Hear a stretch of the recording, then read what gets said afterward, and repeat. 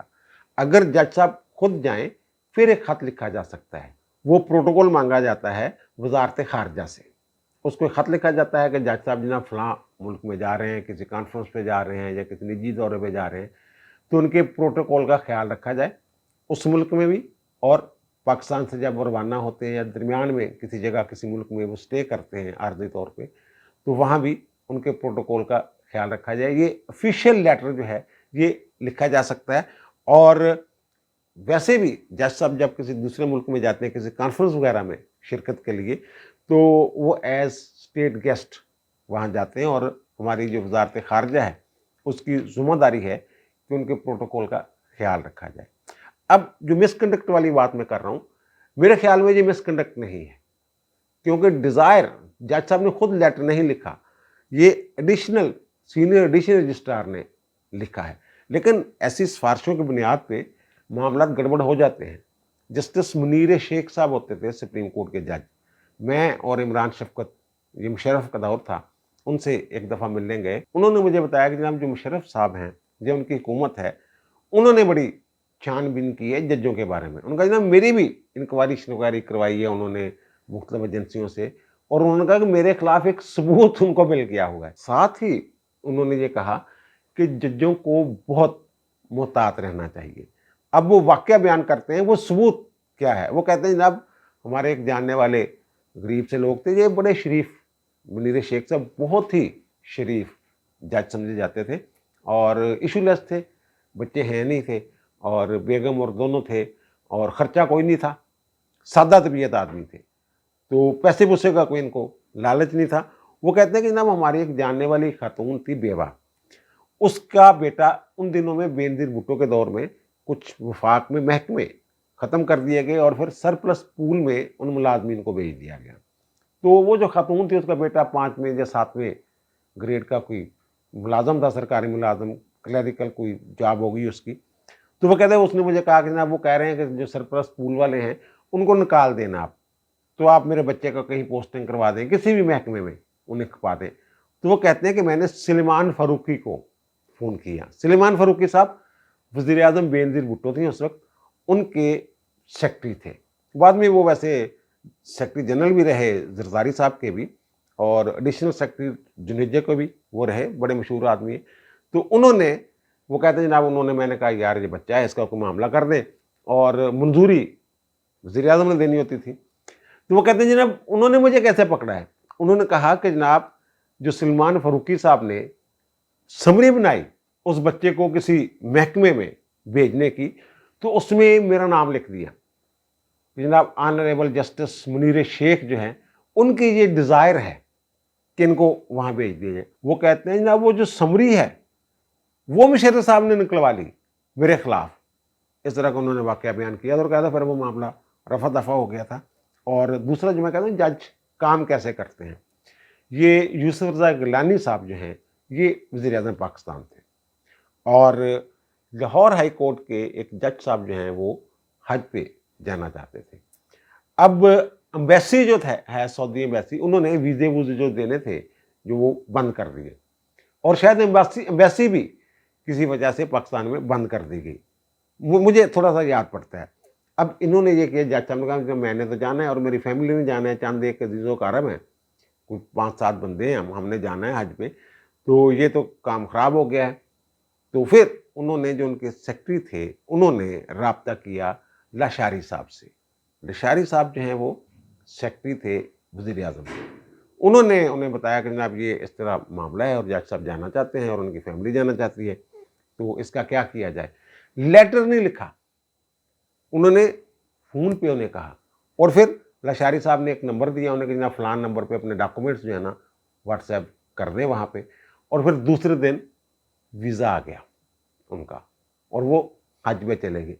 اس طرح کام لیے جاتے ہیں، اور جج صاحب کو بھی اس بات کا پتہ ہے کہ یہ بھی ایک طریقہ کار ہو سکتا تھا، لیکن یہ ایڈیشنل رجسٹرار صاحب کی ناتجربہ کاری میں کہوں گا، میں نے پہلے بھی عرض کیا ہے، انہوں نے جج صاحب کو رج کے بدنام کیا، یعنی نہ صرف لیٹر لکھیا، پھر لیٹر اوپن ہو گیا، لیک ہو گیا، اور جج صاحب کے خلاف ਜੋ ਲੋਕਾਂ ਦੇ ਮੂੰਹ 'ਚ ਆਇਆ ਉਹਨਾਂ ਨੇ ਕਿਹਾ ਦੇਖੇ ਬਗੈਰ ਕਿ ਉਹ ਜੱਜ ਦੀ ਮਾਜ਼ੀ ਦੀ ਸ਼ੋਹਰਤ ਕੈਸੀ ਆ, ਜੱਜ ਕੈਸਾ, ਜੱਜ ਇਸ ਤਰ੍ਹਾਂ ਦਾ ਹੈ ਵੀ ਨਹੀਂ,